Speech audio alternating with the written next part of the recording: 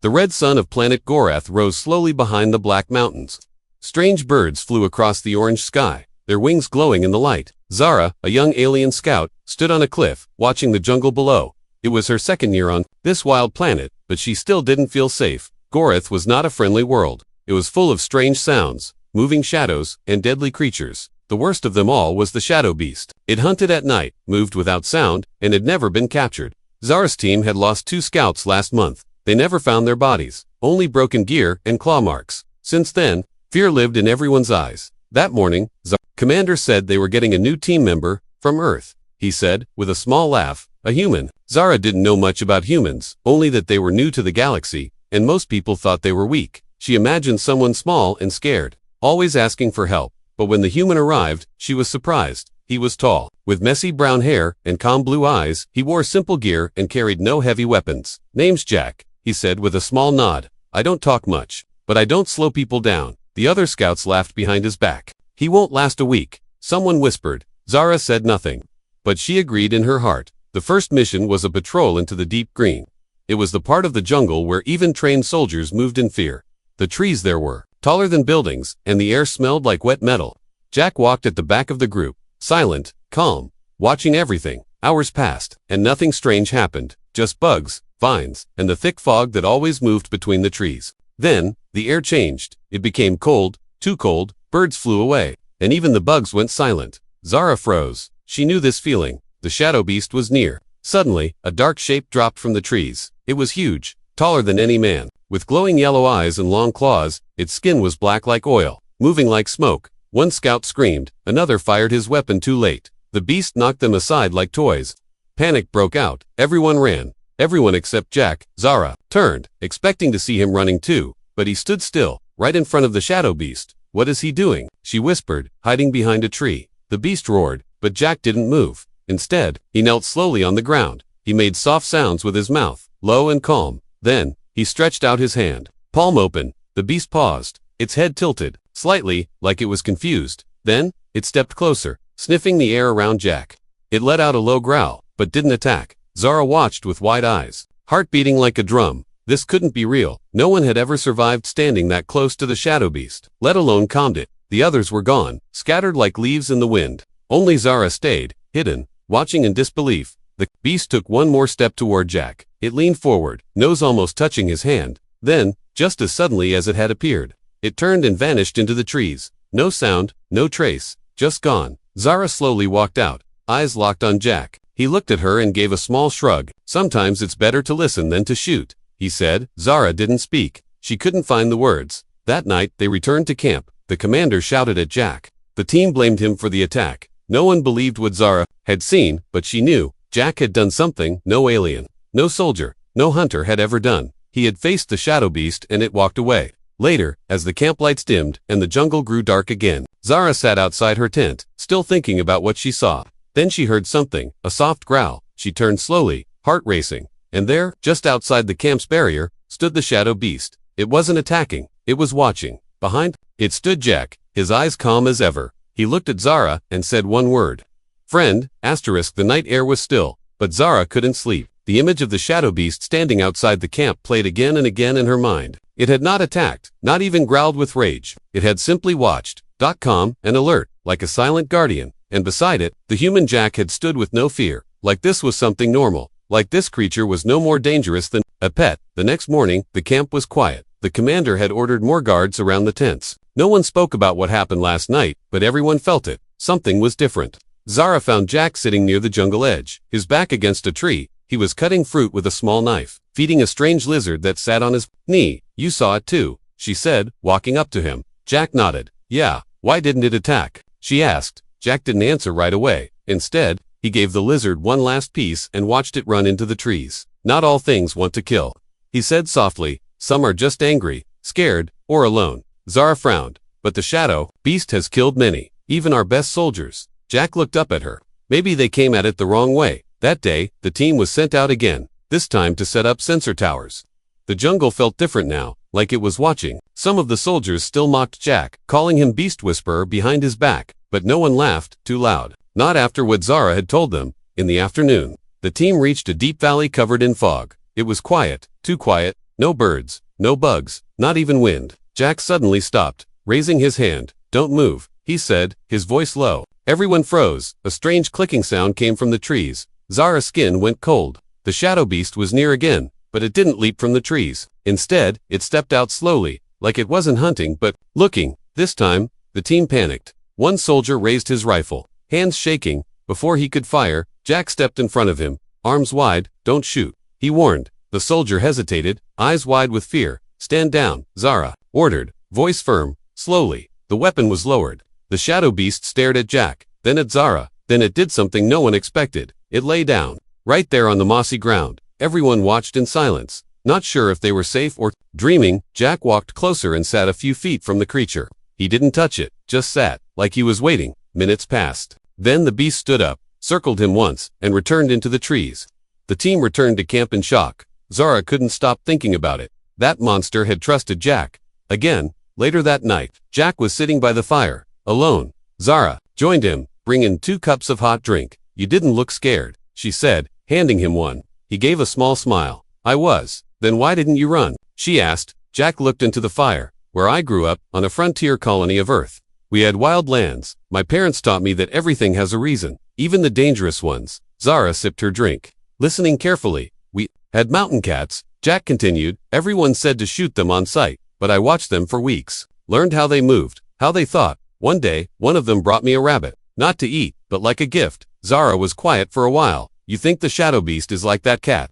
Jack nodded slowly. "I think it remembers something. Not me, but my kind." Zara's eyes narrowed. "You mean humans?" Jack didn't answer, but his silence was enough. The fire crackled softly. Above them, the night sky was full of stars, but Zara was not looking at the sky anymore. She was thinking about what the shadow beast had seen in Jack, something no alien, no machine, no weapon could explain, and she was wondering if humans had come to Gorath before. What had they left behind? Just then, a loud alarm rang across the camp. Soldiers ran to their posts, shouting orders. Zara and Jack stood quickly. From the jungle came deep growls and heavy steps. Not one, but many. Shadow beasts, moving toward the camp, not hunting, marching, and, at the front, the first one, the one that had watched Jack. Zara's heart pounded as she looked at the human beside her. Jack stared into the trees, eyes calm. He whispered just loud enough for her to hear. "They're not here to fight," but no one else believed that, and the guns were already being loaded.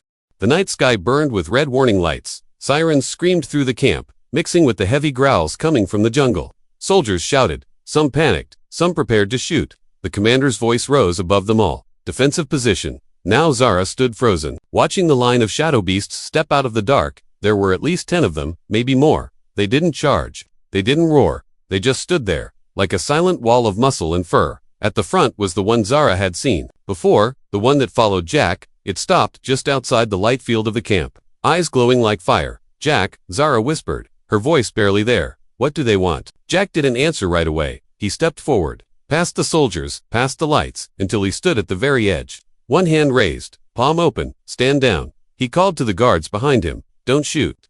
The commander walked up behind Zara, his voice sharp. "Get that human back here. He's going to get himself killed." "No," Zara said quietly, her eyes locked on Jack. "He's the only one they trust." The beasts didn't move. Their eyes followed Jack as he slowly knelt and touched the ground. For a few long seconds, nothing happened. Then, one of the smaller beasts stepped forward. It dropped something on the ground, then backed away. Jack stood up and walked to it. He bent down and picked up a piece of torn metal. It was a broken helmet, a human helmet, old, burned, and marked with strange symbols. Zara walked to his side, careful not to spook the beasts. Jack showed her the helmet. "This is Earth tech," he said. "Maybe from a colony ship, maybe a scouting team." Zara's eyes widened. "That means humans were here before." Jack nodded slowly. "And these creatures remember." Suddenly, the commander gave the order. "Fire on my command." "No," Zara shouted, but it was too late. A single shot rang out. It hit the ground near the feet of one beast, and everything changed. The growls turned loud, sharp, angry. The beasts moved forward, not attacking yet, but no longer calm. Jack stood tall and spread his arms, shouting, "Wait, wait, they don't want war." But the soldiers were panicking, and more rifles came up. Zara turned to the commander, her voice strong. "Stop this. You'll start a war. We can't win. These are animals." He said. "No," Zara replied. They brought him a memory. The commander looked at the helmet, and for the first time, his anger broke. He lowered his weapon. Slowly, the soldiers followed, one by one. The tension in the air faded like smoke. The shadow beasts watched, then turned. and disappeared into the trees. No one followed them. No one spoke for a long time. Later, in the quiet of her tent, Zara looked at the helmet again. Old Earth writing covered the inside. One name was still readable, scratched in human letters, Jackson Ray. She looked at Jack, who sat nearby, cleaning his boots. "Your family?" she asked. Jack paused, then nodded once. "My grandfather." Zara stared at him. "Your people were here before." "A long time ago." Jack nodded again, his voice low. "They didn't just land here, they lived here." Outside the tent, the jungle was alive with strange sounds, but they were no longer frightening. Something had shifted. Zara lay awake that night, thinking. She wondered what happened to the first humans on Gorath, why they vanished, and why the beasts remembered them, not as enemies, but as something more. The next day, Jack led Zara to an old path, deep in the jungle. No maps showed it, but the trees had grown around it like it had always been there. They found broken metal, glass buried in roots, even signs of fire long cooled. An old outpost, Jack said, very old. Zara looked at the bones scattered around a burned circle, not animal bones, human. Something bad had happened here. She picked up a piece of metal with a symbol. It was the same symbol marked on the helmet. They returned to camp in silence. That night, Zara sent a secret message to the Galactic Records Office, asking about Earth expeditions to Gorath. Any lost ships, lost names, lost history, and far away. Deep in space, someone read that message. Someone who didn't want that story to come back. Hours later, a black ship left orbit around a distant moon. Its mission was clear. Find the human, and silence him. The rain came without warning. Heavy drops fell from the sky like stones, pounding the metal roofs of the camp. Zara stood in the command tent, soaked and silent. Jack sat in the corner, staring at nothing. The helmet sat on the table between them, cracked and rusted. Its edges were sharp, its weight heavier than it looked. It wasn't just a piece of old gear now, it was a warning. The commander paced the room, his face dark with worry. "Earth has no record of a mission to Gorath," he said. "I've checked twice." Zara held up a datapad. "This symbol matches one used on early deep space colonies," she said. "They weren't official missions. Then who were they?" The commander asked. Jack finally looked up. "Explorers," he said. "People who left Earth to find new homes. Some never came back." The room fell silent. The only sound was the storm outside. Zara leaned forward. "If the beasts remember them, and they remember Jack, what does that mean for us?" Before anyone could answer, the camp lights flickered, then they went out. Seconds later, a red emergency glow filled the room, and a voice came from the outside speaker. "Unidentified ship detected, approaching fast." Zara and Jack rushed outside. Above the trees, a black ship cut through the storm clouds like a knife. Its surface had no markings, no lights, no sound, only purpose. It didn't land. It dropped. Metal pods slammed into the ground. Around the camp, from each pod, stepped tall figures in black armor, faceless and silent. "They're not from any planet I know," Zara said. Jack's eyes narrowed. "They're not here to talk." The commander gave the order to prepare defenses, but it was too late. The black soldiers moved like shadows, disabling systems, locking doors. They didn't kill, not yet. They were looking for something, or someone. Jack pulled Zara behind a supply unit. "They're after me," he said quietly. "Why?" she asked. "Because of the beasts. Because of my name," he said. "Someone out there doesn't want the past uncovered." One of the black soldiers passed near them, scanning with a strange device. Jack held his breath. The scanner stopped for a moment, then moved on. They slipped through the back of the camp and into the jungle. The rain had slowed, but thunder still echoed in the sky. Zara followed Jack through thick vines and roots. Her boots sank into the wet ground. Her heart beat loud in her ears. They didn't speak. Words were too dangerous. Only when they reached the edge of the river did Jack stop. He turned to her. "I need to find the beasts again," he said. "They're the only ones who can help us now." Zara looked back toward the camp. Smoke was rising. The lights had died. The black ship hovered above like a vulture. "You think they'll fight for you?" she asked. "No," Jack said. "I think they'll fight for the memory." They crossed the river, following old signs, broken branches, deep prints in the mud. Signs of the shadow beasts. By morning, they found them. Not just one, but many. They stood around an ancient tree, one that had grown around metal. It wasn't a tree anymore, it was a grave. Jack stepped forward. "This is where they buried them," he said. Zara saw small markers carved in the bark. Names, initials, some in English, some in strange alien script. The largest beast stepped forward. The one that always watched Jack. Kit dropped something at his feet, a shard of clear crystal, glowing faintly. "What is this?" Zara asked. Jack held it up to the light. "It's a memory chip," he said. "Old tech, but I think I can read it." Suddenly, a sound cracked through the forest. The hum of engines. The black ship had found them. Trees fell as it descended, burning through branches with its searchlights. The shadow beasts growled, forming a circle around Jack and Zara. The soldiers dropped from the ship again, their weapons humming with deadly charge. Zara grabbed Jack's arm. We can't fight this. Jack looked at the beasts, then at the ship. Maybe not with weapons, he said, but maybe with the truth. He raised the crystal high. The beasts let out a deep, thunder-like growl. One by one, they stepped forward, their bodies glowing faintly with strange light. The black soldiers paused, confused, weapons aimed but not firing, and then the crystal pulsed. A beam of blue light shot into the sky, a signal, not just for help, but for history. Far above, satellites picked it up. Far beyond, old systems came online. The truth was waking, and someone, somewhere, was afraid. The jungle had never been so quiet. No birds, no wind, no movement, only the fading pulse of blue light rising from the crystal in Jack's hand. Zara stood beside him, heart racing. The black-armored soldiers were still as statues, caught between fear and confusion. They stared at the beasts, at the light, at Jack, but they didn't shoot. Then, the ship above them began to crackle. A strange signal echoed from it, like static mixed with a voice. Not a human voice. Not alien either. Something artificial. Something old. Jack closed his eyes. He could hear the signal, feel it vibrating through his bones. The crystal was more than just memory. It was a key. The largest shadow beast stepped forward, placing its paw gently on the ground. The trees behind it began to part, not by wind, but by force. A circle of light appeared on the jungle floor, revealing stairs of metal and stone. Zara gasped.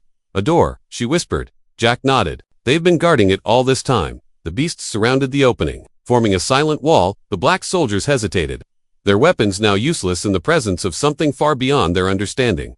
Their ship hummed louder, but did not move. Jack looked at Zara. We go in. They stepped onto the stairs, the beasts allowing them through. As they descended, the light from above grew dim. The air changed cooler, older, filled with whispers that didn't come from mouths. The passage led into a chamber carved in metal and root. At the center stood a round table, broken screens, and a tall chair covered in moss. On the wall was a symbol. Zara recognized it. The same as on the helmet, the same on the grave tree. Jack walked to the table and placed the crystal into a small slot. The room lit up at once.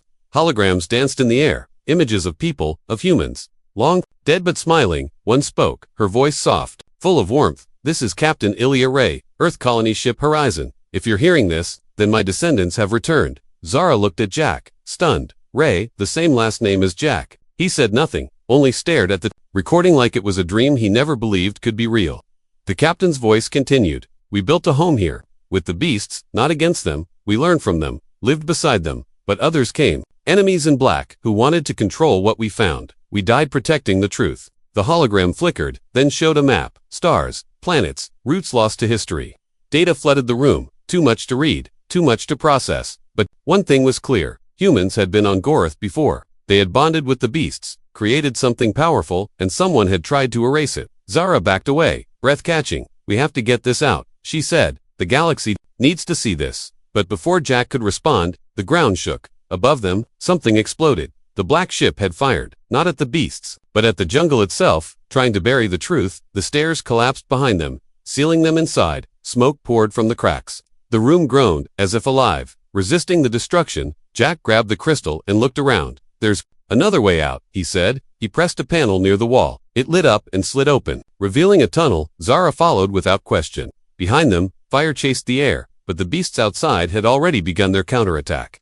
The moment the first black soldier raised his weapon again, they struck. Fast, smart, organized. Not animals. Warriors. Zara and Jack emerged from the hidden tunnel miles away, deep in the cliffs above the jungle. From there, they could see the battle. Beasts rushing through trees like shadows. Black soldiers falling one by one, and the ship above, pulling away. Afraid, Jack held the crystal tight. We have what we need, he said. Now we show the stars what they tried to hide. Zara looked at him with new eyes. He was not just a human anymore. He was a bridge between worlds, past and future, beast and man, but far above, in the cold dark, beyond the planets.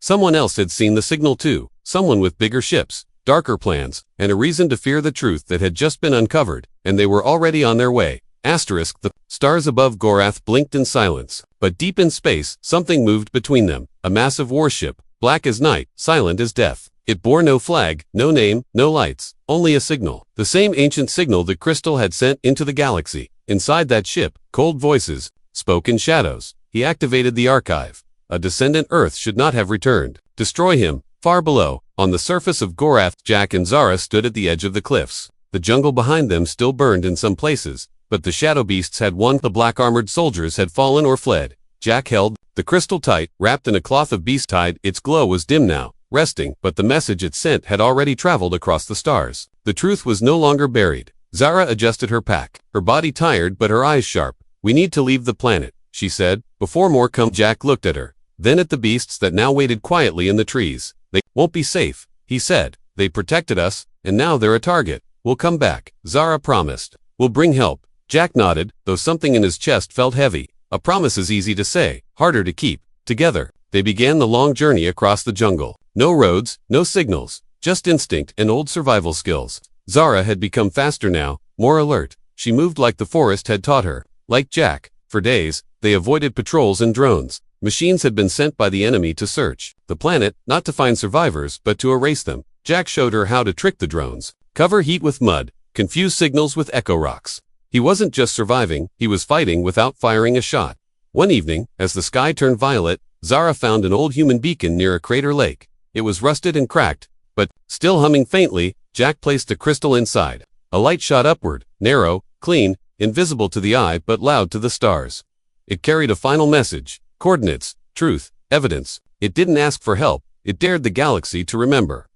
That night, as they rested near a stream, Zara heard something, not a beast, not a drone. Voices human, but not friendly. She tapped Jack awake. They moved silently, climbing into the trees, hiding behind thick leaves. Below, a strike team in silver armor walked through the jungle. Their gear was different, faster, more dangerous. They spoke with strange code words and moved like predators. "These aren't like the others," Zara whispered. Jack nodded. "These are the cleanup crew. They didn't stay to fight. They ran hours through the jungle, breath short, feet sore, muscles burning, until the sky broke open. A shuttle, one of theirs, from the scout fleet, came through the clouds. Zara lit a flare and waved it wildly. For a second, nothing happened. Then the shuttle turned and descended. Jack and Zara climbed aboard, breathless. Inside was an old friend, Kieran, another scout. He looked at them with wide eyes. "You're alive," he said, "and the beasts. They saved us," Zara replied. Jack handed him the crystal. Kieran took it, unsure of what he held. "This changes everything," he whispered. But Jack wasn't smiling. He looked out the window, back at the trees, where the beasts now stood. Watching the shuttle rise, one of them raised its head and let out a low howl. Not of pain, not of fear, but of farewell. Jack pressed his hand to the window. "We'll be back," he whispered. "They won't stand alone." Far above, the stars moved slowly. But behind one of them, the enemy ship arrived. Its weapons charged silently, its scanners locked on one target. Jack, the war had not begun yet, but something much older had been awakened. A memory, a bloodline, a promise, and the stars were listening again. The stars did not twinkle anymore. They burned, not with light, but with tension. Across the galaxy, signals echoed news, footage, proof. The truth about Gorath, the humans who lived there long ago, and the beasts they called allies. Some believed it, some denied it, some feared it, and far above the blue curve of Gorath, the enemy ship finally showed its face. No more hiding, no more drones. It was here to erase everything, once and for all. On board the scout fleet station, orbiting the planet, alarms rang out. Zara stood at the control panel, staring at the screen. The size of the ship was impossible. A black leviathan wrapped in armor and hate. Behind her, Jack suited up in light combat gear. Not heavy, not flashy, just what he needed. "You're not a soldier," Zara said, voice tight. Jack nodded. "Never claimed to be." "Then why go down there?" she asked. Jack looked out the window toward the planet below. "Because they came for me," he said, "and I won't let them take this world again." Down on the surface, the beasts had already gathered. Dozens, maybe hundreds. From deep caves, high cliffs, hidden jungles, they came. Old warriors, mothers with scars, even the young ones with curious eyes. They felt the storm coming, and they remembered the promise. Jack landed near the ruins of the grave tree, the crystal still glowing faintly. In his pack, Zara came with him. Against orders, no one told her to. No one had to. They met the largest beast again, the same one who had first approached Jack. Its eyes met his, and it bowed slightly. No words, only understanding. Then the sky split open. The enemy ship fired, not at cities or stations, but at the wild, the jungle, the land, the roots that held the memories. Flames rose, trees fell, and the beasts roared. But this time, they didn't run. They ran toward the fire. Jack climbed to the highest ridge, planted the crystal in the ground, and activated its core. A dome of energy expanded, not as a shield, but as a beacon. The beasts howled in reply, forming ranks like trained soldiers. They needed no orders, they had instinct. The first enemy drop pod slammed into the earth. Black troops spilled out, armed with fire and silence. They expected chaos, but the beasts attacked with precision. Fangs met metal, claws tore through armor, and not a single beast backed down. Zara led a team of scouts from the air, dropping supplies and firing cover blasts. She had never seen war like this. This wasn't strategy. This was fury born from memory. Jack moved through the battlefield, like a ghost, not fighting, guiding. Where he went, the beasts followed. Not because he commanded them, but because they trusted him. At the center of the enemy force stood a new figure. Not a soldier, not human. Something made of wires and bone, eyes glowing with ancient hatred. It walked toward Jack through fire and smoke. You should not exist, it said, voice layered with static and old anger. You are a mistake. Jack didn't flinch. No, he said. I'm the memory you couldn't kill. The machine raised its arm to strike, but the largest beast leaped between them, taking the blow. It roared in pain, but didn't fall. Behind it, the other beasts charged, not just one or two, but all of them. The forest itself seemed to move, roots rising, wind howling, earth cracking. Nature was awake, and it was angry. The final battle lasted minutes, but it felt like centuries. And when the smoke cleared, only one side remained standing. The enemy ship tried to escape, but the orbital station fired a final blast, piercing its hull. It broke apart above the planet, vanishing in flame and dust. Silence returned, not the silence of fear, the silence of peace. Jack sat beside the wounded beast, resting a hand on its thick fur. It blinked slowly, then closed its eyes. Zara landed nearby, helmet off, eyes wet. It's over, she said. Jack shook his head gently. No, he said. It's just beginning. The galaxy would hear the story, not just of war, but of unity, of a human who tamed no beast, but stood beside one, and of an alien girl who saw past fear and helped the stars remember what they forgot. Not every monster is a monster.